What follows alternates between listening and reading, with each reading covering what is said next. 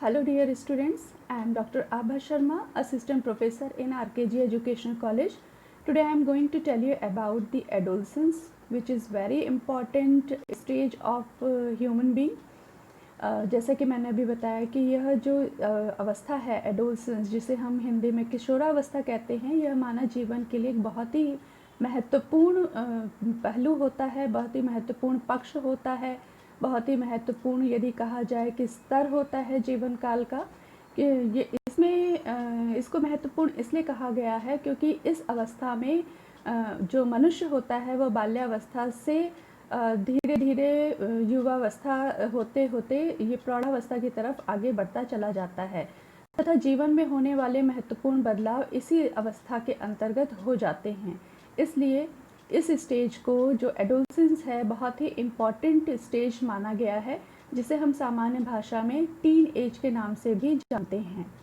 Adolescence, जैसा कि हम सभी जानते हैं, psychological perspective of education paper के अंडर में आता है। यह बीएड सिलेबस के सेमेस्टर 1 के यूनिट के अंतर्गत है। इसके बारे में आज हम सभी चर्चा करने जा रहे हैं।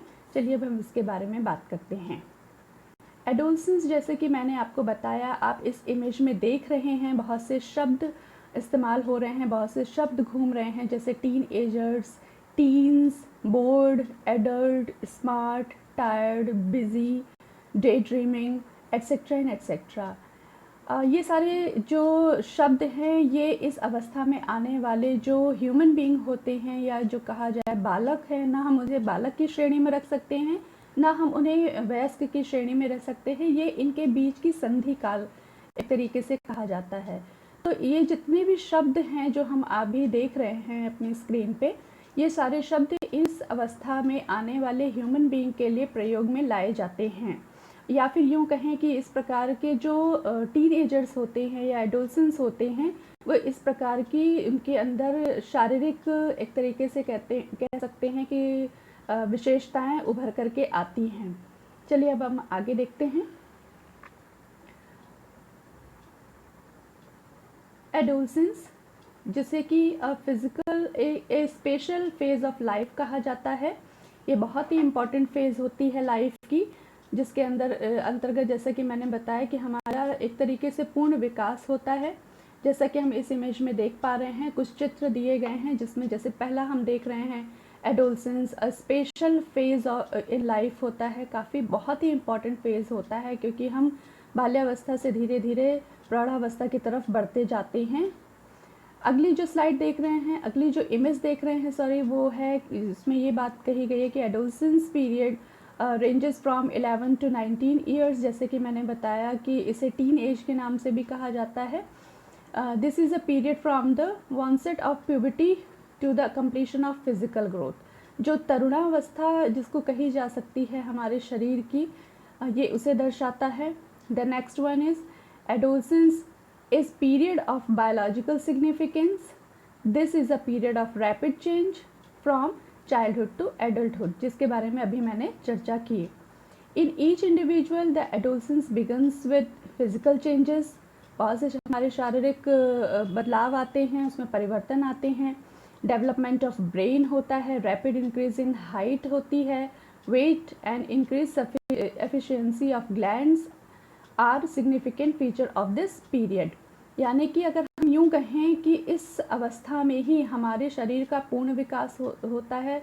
हमारी जितनी हाइट बढ़नी होती है उतनी हाइट बढ़ती है, हमारा जितना वेट होना चाहिए उतना वेट होता है, हमारे ब्रेन का जो फुल डेवलपमेंट हो सकता है वह इसी स्टेज के अंत तक हो जाता है। यानी कि इस स्टेज के अंत आते आते हमारे जो शरीर होता है, शरीर का जो गठन होता है, हड्डियों की जो हड्डियाँ और जो मांसपेशियाँ होती हैं, इनका पूर्ण विकास हो चुका होता है।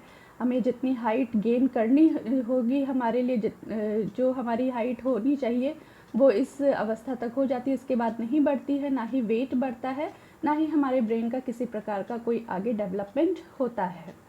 चलिए हम आगे देखते हैं। एडोलसेंस, जैसा कि बताया गया है, it is a stage between childhood and adulthood. इसमें जो फिज़िकल चेंजेस होते हैं, जिसमें साइज़ एंड फॉर्म्स के चेंजेस हमें देखने को मिलते हैं। कॉग्निटिव स्किल्स का डेवलपमेंट हो जाता है इस स्टेज के अंतर्गत। सोशल इन्वॉल्वमेंट्स हमारा शुरू हो जाता है, हम अपनी एक सोशल गैदरिंग, अपनी सोसाइटी बनाना शुरू कर देते हैं। हम चाहते हैं कि समाज में हमारी एक अपनी पहचान हो। इसके यह जो है इसी अवस्था के अंतर्गत हो जाता है। Then views about themselves, then period of storm and stress. इसी पीरियड को जो है स्ट्रॉम और स्ट्रेस यानी कि तनाव और द्वंद्व की स्थिति का पीरियड भी कहा जाता है। Cultural and social environment plays a major role in shaping behavior and experiences. Biological changes are universal and period in which the individual is no longer a child but not an adult. यदि हम इन सारे points को ध्यान में रखें तो ये बात उभर के आती है कि जो किशोरावस्था है वह जन्मोपरांत, जन्म के बाद, आफ्टर द बर्थ, मानव विकास के एक तीसरी स्टेज के तौर पे देखी जाती है, जो बाल्यावस्था यानी कि चाइल्डहुड की समाप्ति के उपरांत प्रारंभ होती है और जो एडल्टहुड है इसके प्रारंभ होने तक चलती रहती है। जो ये किशोरावस्था है यह जो है 12 वर्ष या 11 वर्ष से लेकर के 18 वर्ष तक की आयु के बीच की अवधि को कहा जाता है। इस अवस्था में होने वाले जो भी हमारे शारीरिक, मानसिक या जो सामाजिक या संवेगात्मक परिवर्तनों को व्यक्तिगत विकास की दृष्टि से अत्यंत महत्वपूर्ण माना जाता है। बाल्यावस्था या तथा प्रौढ़ावस्था के बीच का जो ये काल होता है, इसे ट्रांजिशनल पीरियड होने के कारण इसे जीवन का एक बहुत ही एक तरीके से कहा जाए कठिन काल माना जाता है।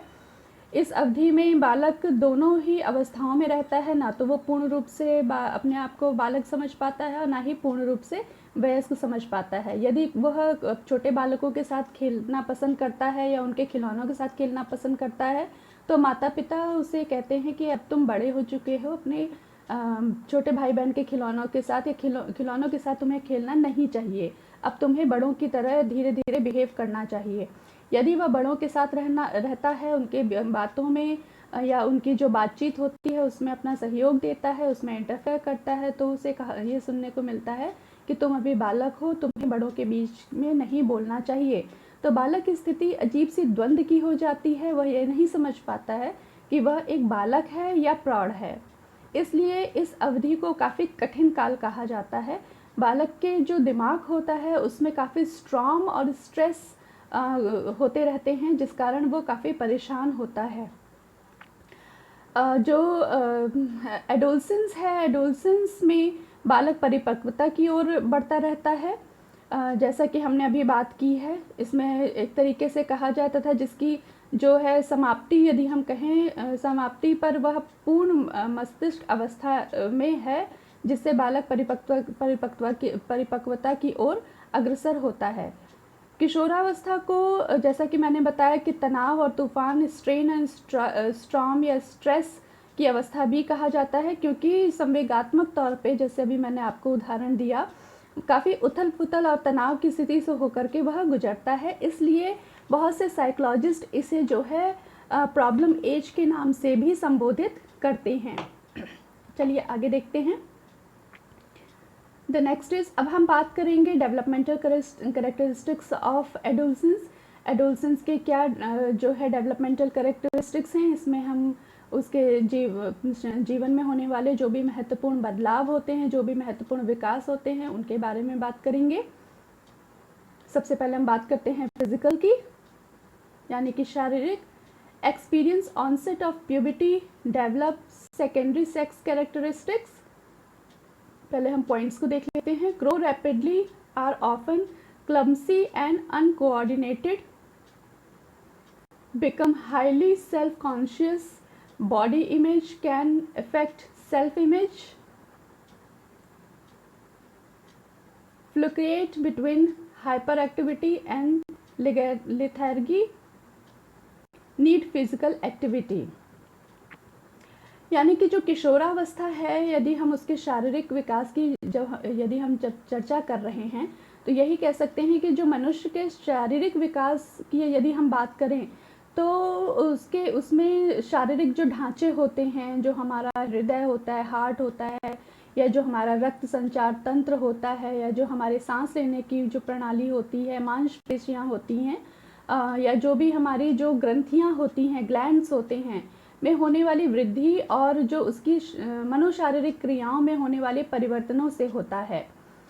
सच बात यह है कि मनुष्य का शारीरिक और मानसिक जो व्यवहार है वह एक दूसरे पर निर्भर करते हैं। मनुष्य के शारीरिक विकास के अंतर्गत इन सभी का अध्ययन किया जाता है।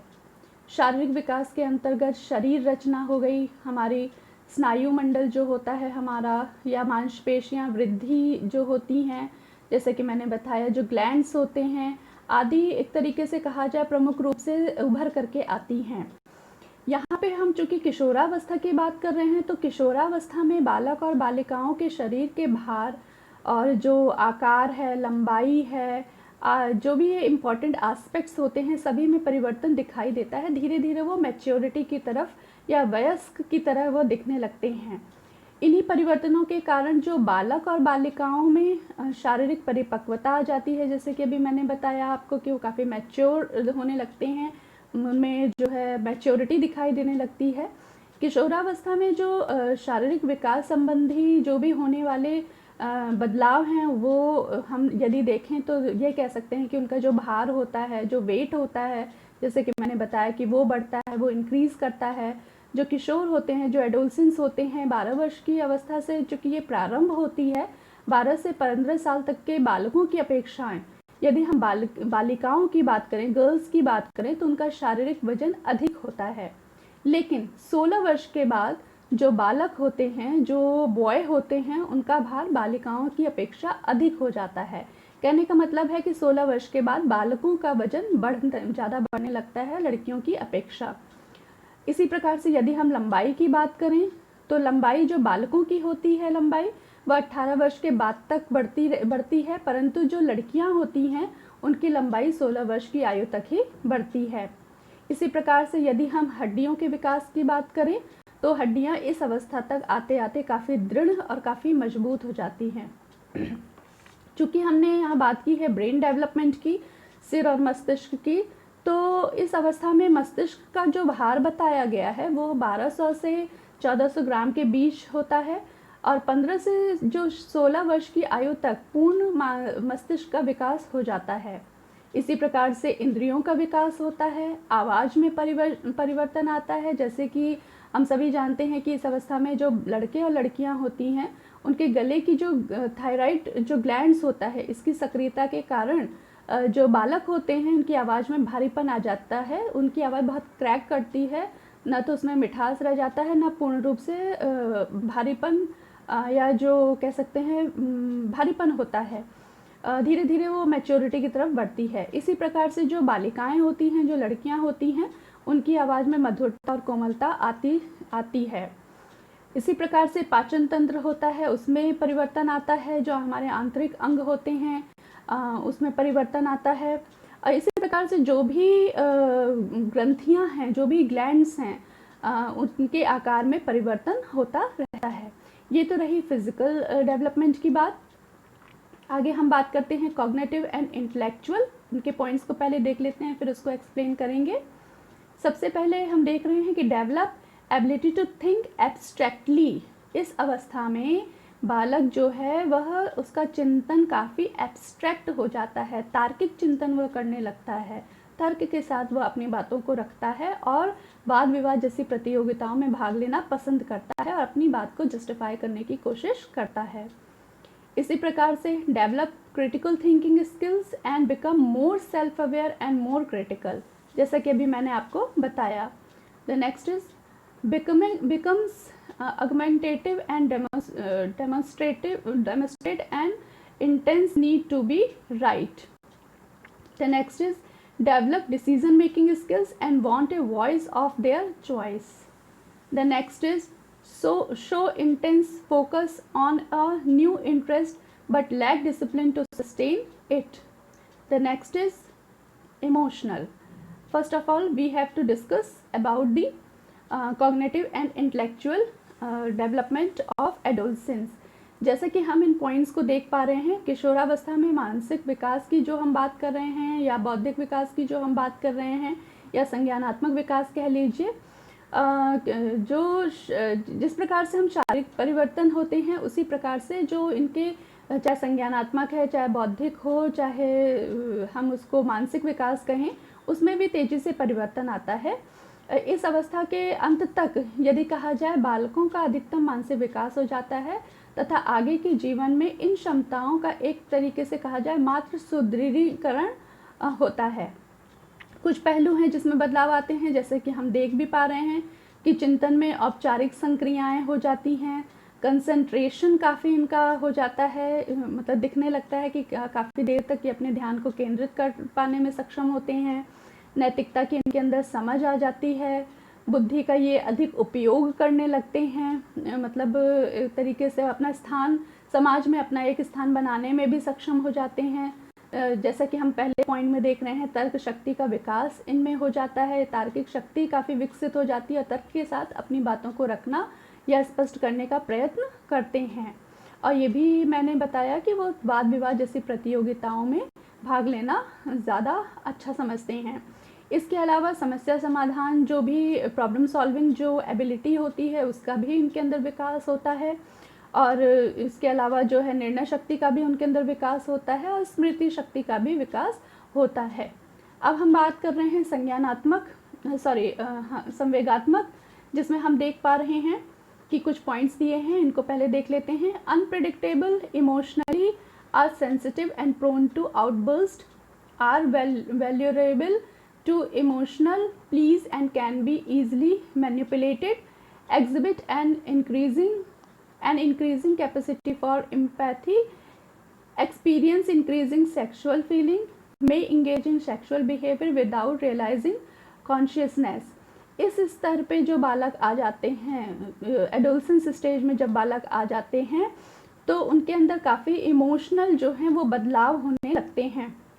वो अपने इमोशंस पे कंट्रोल करना सीख तो जाते हैं, लेकिन इसके अलावा कुछ ऐसे उनके जो इमोशंस होते हैं जिनको वो कंट्रोल नहीं भी कर पाते हैं और काफ़ी एग्रेसिव हो जाते हैं, काफ़ी फ्रस्ट्रेटेड हो जाते हैं या फिर समझ नहीं पाते हैं उनको, उसमें एक तरीके से डिफ्रेंशिएट नहीं कर पाते हैं अपने इमोशंस को कि क्या उनको प्रेजेंट करना चाहिए, क्या प्रेजेंट नहीं करना चाहिए, जिस कारण से वो काफ़ी इमोशनली डिस्टर्ब भी इस अवस्था में रहते हैं।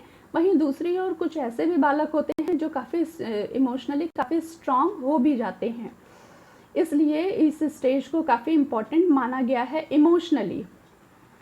जैसे यदि हम बात करें इमोशंस की कि कौन कौन से इमोशंस हैं जो बालक में इस अवस्था में डेवलप हो जाते हैं या जिनका तीव्रता से विकास होता है, उसमें से जैसे कुछ हैं, जैसे कि अगर हम बात करें आत्मसम्मान के प्रति सचेत हो जाते हैं, वो काफ़ी सतर्क हो जाते हैं क्योंकि वो भावना प्रधान होते हैं। खासतौर से जो बालक होते हैं उनमें आत्मसम्मान की भावना अधिक जागृत हो जाती है और छोटी सी छोटी बात उनके आत्मसम्मान को ठेस पहुंचाती है। जैसे कि अभी मैंने आपसे कहा कि वो इमोशंस पे कंट्रोल नहीं कर पाते हैं, जिसके कारण उनमें क्रोध और ईर्ष्या, घृणा जैसे संवेग उत्पन्न हो जाते हैं, जिसकी चर्चा भी मैंने आपसे की। इसी प्रकार से यदि देखा जाए दूसरा इमोशनल चेंज जो उनके अंदर आता है वह है जिज्ञासा प्रवृत्ति की प्रबलता काफ़ी उनमें विकसित हो जाती है, बहुत अधिक हो जाती है। वह प्रतिपल कुछ नया जानने को एक तरीके से उत्सुक रहते हैं, वह जानना चाहते हैं कि क्या हो रहा है, क्यों हो रहा है, किस प्रकार से हो रहा है। जब तक इन बातों का उसे जवाब नहीं मिलता है तो वो अपने आप को संतुष्ट नहीं कर पाते हैं। इसी प्रकार से यदि अन्य इमोशंस की बात करें तो संवेगों की अभिव्यक्ति में उनकी स्थिरता आ जाती है। जैसे हम बात करें कि जो लड़के होते हैं और लड़कियां होती हैं, इनके जो सामान्य संवेग होते हैं जैसे कि क्रोध है, भय है, प्रेम है, दया है आदि में चंचलता जो बचपन में देखने को मिलती है, चाइल्डहुड स्टेज में देखने को मिलती है, वो धीरे धीरे स्थिरता की ओर बढ़ती चली जाती है। अपने वो एक हद तक अपने क्रोध को कंट्रोल भी कर पाते हैं। साथ ही साथ यदि हम अन्य इमोशंस की बात करें तो जैसे कि बात कर सकते हैं हम क्रियाशीलता की, और जो सक्रियता होती है इसकी प्रवृत्ति भी अधिक होती है इनमें। जो बालक होते हैं बाहर के खेलों में तथा लड़कियां जो हैं घर के कामों में अधिक सक्रिय दिखाई देती हैं। इसके अलावा एक बहुत ही इम्पॉर्टेंट जो इमोशन इनके अंदर डेवलप होता है वह है काल्पनिक जीवन पर विश्वास। ये एक कल्पना लोक में जीना शुरू कर देते हैं। जो किशोर होते हैं, जो बालक होते हैं, इनका जीवन कल्पनाओं से परिपूर्ण होता है और ये अपनी इन कल्पनाओं को साकार रूप देने में एक तरीके से स्वप्न देखने लगते हैं कि किस प्रकार से उनको पूर्ण किया जा सकता है। वह वास्तविक जीवन की अपेक्षा काल्पनिक जीवन में अधिक रहने लगते हैं। एक कल्पना लोक में जीना वो आरंभ कर देते हैं। इस प्रकार से हम देख सकते हैं कि जो किशोर होते हैं, इनके अंदर बहुत से इमोशनल चेंजेस या इमोशनल कह सकते हैं कि डेवलपमेंट होते हैं। चलिए अब हम आगे बात करते हैं। Next is social interpersonal. जैसा कि हम देख पा रहे हैं, display a more developed social consciousness, are more aware of relationship and have a strong need to belong, exhibit desire for independence and autonomy, experience a shift in independence on family to dependence on peer, able to critically compare parents with other, seeks deeper friendship based on share interest loyalty, experience increased interest in opposite sex, though may often feel comfortable and awaked with the other sex। अब हम इसको यदि हम detail में बात करें तो ये कह सकते हैं, या दूसरे शब्दों में यदि हम बात करें तो हम ये कह सकते हैं कि यदि हम सबसे पहले तो हम ये देखते हैं सामाजिक विकास को, कि सामाजिक विकास कितना इम्पॉर्टेंट है प्रत्येक मनुष्य के लिए। मनुष्य के सामाजिक विकास से यदि हम देखें अर्थ है या तात्पर्य है, उसके द्वारा अपने समाज की जो जीवन शैली को सीखने और अपने समाज में समायोजन करने से होता है। ये सभी बात हम सभी जानते हैं। मनुष्य जिस समाज में रहता है या जिस समाज में वो जन्म लेता है या उसके बीच में रहता है, उस समाज की भाषा हो गई, रहन सहन हो गया, खान पान हो गया, खान पान की विधियाँ हो गई, रीति रिवाज होते हैं और आचरण की जो विधियाँ होती हैं उनको सीखना शुरू कर देता है। अब बिना इनको सीखे वह उस समाज में समायोजन नहीं कर सकता है। ये बात हम सभी लोग जानते हैं। जाहिर सी बात है, इसके लिए अगर हम हेल्दी सोशल एडजस्टमेंट चाहते हैं तो हमें ये सारी चीज़ें सीखना चाहिए या सीखना पड़ता है। जहाँ हम एडोलसेंस की बात कर रहे हैं तो किशोरावस्था में जो किशोर होते हैं, जो लड़कियाँ होती हैं, का सामाजिक परिवेश जो है बहुत ज़्यादा विस्तृत हो जाता है। वो शारीरिक, मानसिक और संवेगात्मक जो परिवर्तनों के साथ साथ उनके सामाजिक व्यवहार में भी परिवर्तन आना स्वाभाविक होता है। जैसा कि अभी तक हम लोगों ने शारीरिक देखा, मानसिक देखा, संवेगात्मक देखा, इसी प्रकार से जो सामाजिक व्यवहार होता है उसमें भी परिवर्तन आना स्वाभाविक हो जाता है। जो एडोलसेंस एज है, इसमें होने वाले अनुभव और बदलते सामाजिक संबंधों के कारण जो किशोर और किशोरियाँ होती हैं, जो लड़के और लड़कियाँ होते हैं, नए ढंग से सामाजिक वातावरण में समायोजित करने का प्रयास करते हैं। इस स्टेज में जो लड़के और लड़कियां हैं, इनका सामाजिक जीवन के क्षेत्र में भी काफ़ी विस्तारण सा आ जाता है। अगर हम कुछ बिंदुओं की बात करें कि कौन कौन से सामाजिक पहलू हैं जिनको देखा जा सकता है, जिसमें बदलाव आते हैं, जैसे कि मैत्री भाव का विकास इनमें होने लगता है, मैत्री भाव की प्रधानता होती है, ये हमें देखने को मिलता है। इसके अलावा समूह जो होता है, जो ग्रुप होते हैं, उसके प्रति ये काफ़ी डेडिकेटेड होते हैं। मतलब जो लड़के होते हैं जिस समूह में रहता है और जिस उसमें उस समूह के प्रति उसके जो फीलिंग्स होती हैं, जो डेडिकेशंस होते हैं, वो देखने को मिलते हैं। वह उस समूह द्वारा जो भी विचार होते हैं और जो भी व्यवहार होते हैं उनको उचित प्रकार से समझता है और उसी प्रकार से वो आचरण करना शुरू कर देता है। सामान्यतः देखा जाता है कि जिस प्रकार से के समूह के सभी व्यक्तियों के आचार, विचार, व्यवहार और आदि लगभग समान ही होते हैं, वो एक जैसी विचारधारा या आचरण रखते हैं। इसके अलावा अगर हम दूसरे सोशल फैक्टर्स की बात करें तो जो सामाजिक कार्यों में अधिक सक्रिय हो जाते हैं, उसमें सहभागिता लेने लगते हैं, व्यक्ति में सामाजिक अंतर्दृष्टि बढ़ जाती है और आत्मविश्वास की भी काफ़ी उन्नति हो जाती है। इसके अलावा जो जैसा कि हम देख पा रहे हैं कि जो ऑपोजिट सेक्स होते हैं उसके प्रति भी इनका काफ़ी आकर्षण होता है। लड़के लड़कियां एक दूसरे के प्रति काफ़ी आकर्षण का अनुभव करते हैं और अपने जो से इस अवस्था में विपरीत लिंग से भी उनकी दूरी एक तरीके से समाप्त हो जाती है। वो एक दूसरे के काफ़ी क्लोज आना शुरू कर देते हैं और समझने लगते हैं। आगे हम बात करते हैं यदि हम सोशल में ही, तो जो उनके ग्रुप होते हैं उसमें ये अपना विशिष्ट स्थान प्राप्त करने के काफ़ी इच्छुक होते हैं। वो चाहते हैं कि हम किसी ग्रुप का नेतृत्व करें, नेतृत्व की भावना का उनका विकास में नेतृत्व की भावना का विकास उनमें होने लगता है। वे अपनी योग्यताओं के आधार पर समूह में विशिष्ट स्थान प्राप्त करना चाहते हैं तथा एक तरीके से नेता बनना या लीडर बनना या उसको रिप्रेजेंट करना काफ़ी पसंद करते हैं। इसके अलावा जो एक बहुत ही इम्पॉर्टेंट चीज़ है लाइफ की, वो है व्यावसायिक रुचि का विकास। जो वोकेशनल इंटरेस्ट का डेवलपमेंट भी इसी स्टेज में होने लगता है।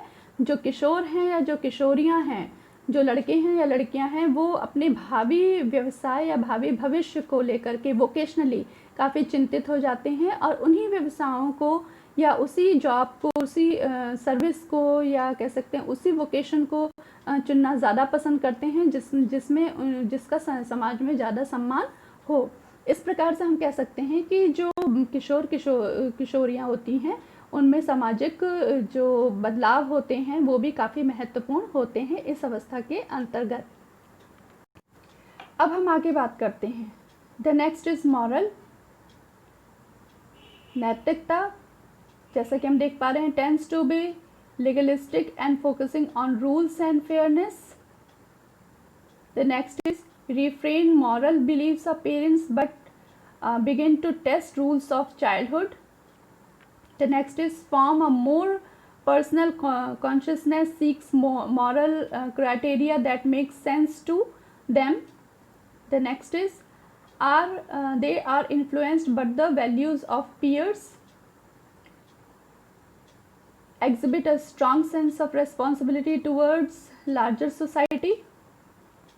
The next is spiritual, exhibit affirmative faith, are open to serve opportunities primarily to correct with peers, test skills, can be open to new prayer experience, seeks adult role model who live their faith authentically, desire a deeper relationship with God,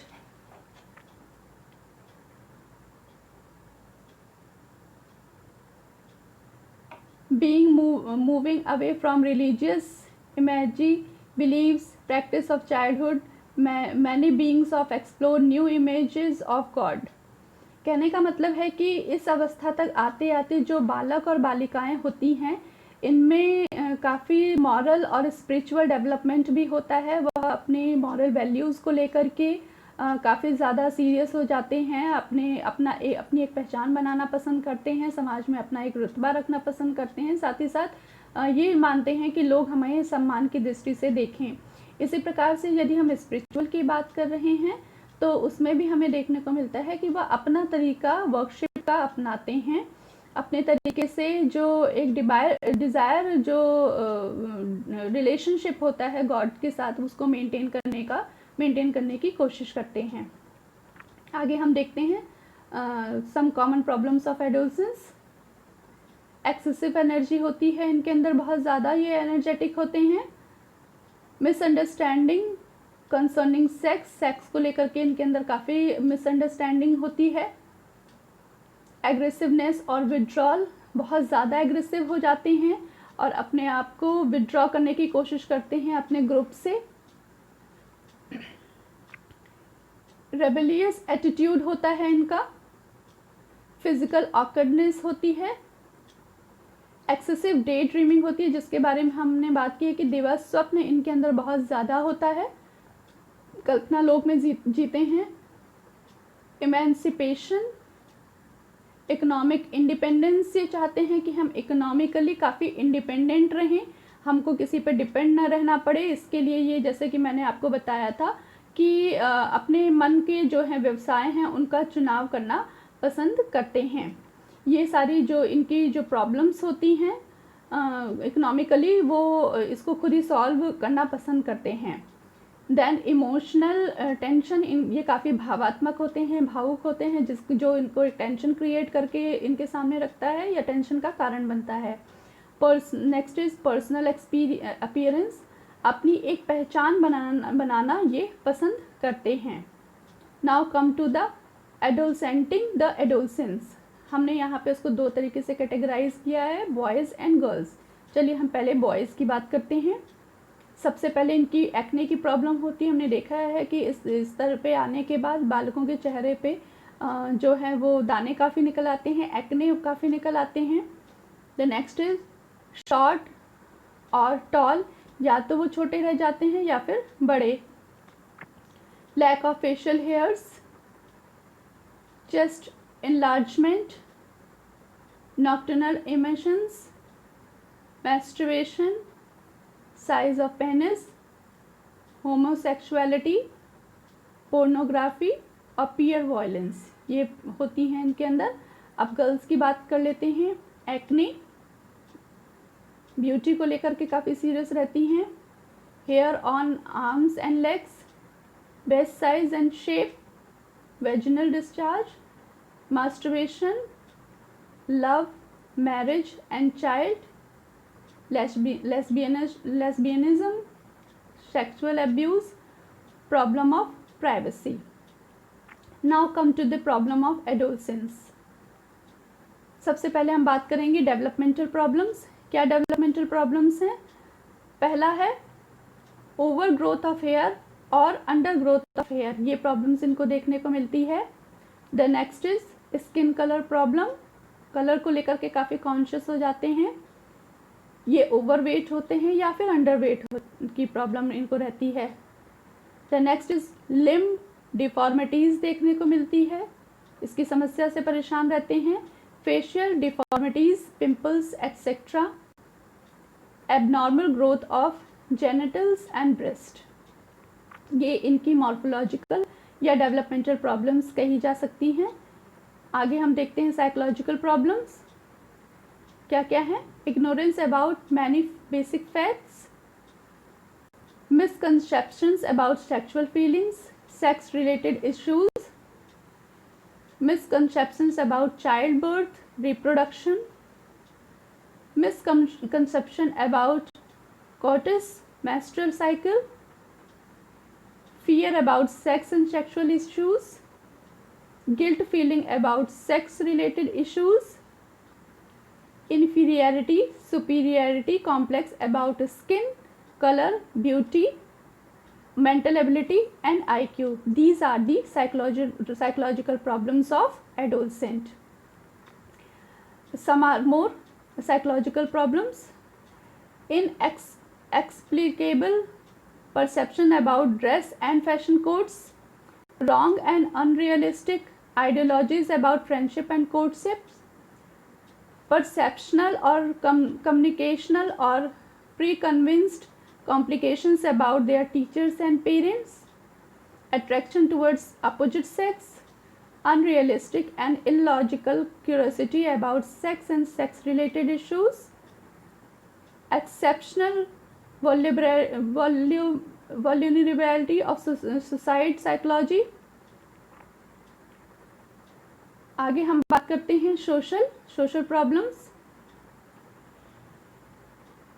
anticipated unemployment and insecurity due to unemployment की problem रहती है। Unwarranted and inexplicable heartedness towards brother sister friends, intense closeness with brother और sister और friends, unpredictable and volatile relationship with friends, unrealistic social perceptions about violence, love, sex as influenced by media, unusual vulnerability and volatile relationship with relatives, fear imagination about married life partner.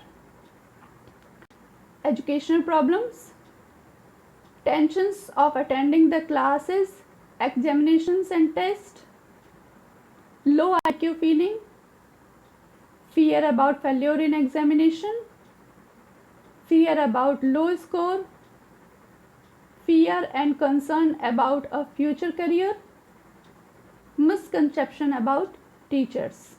These are the problems. Now sum up.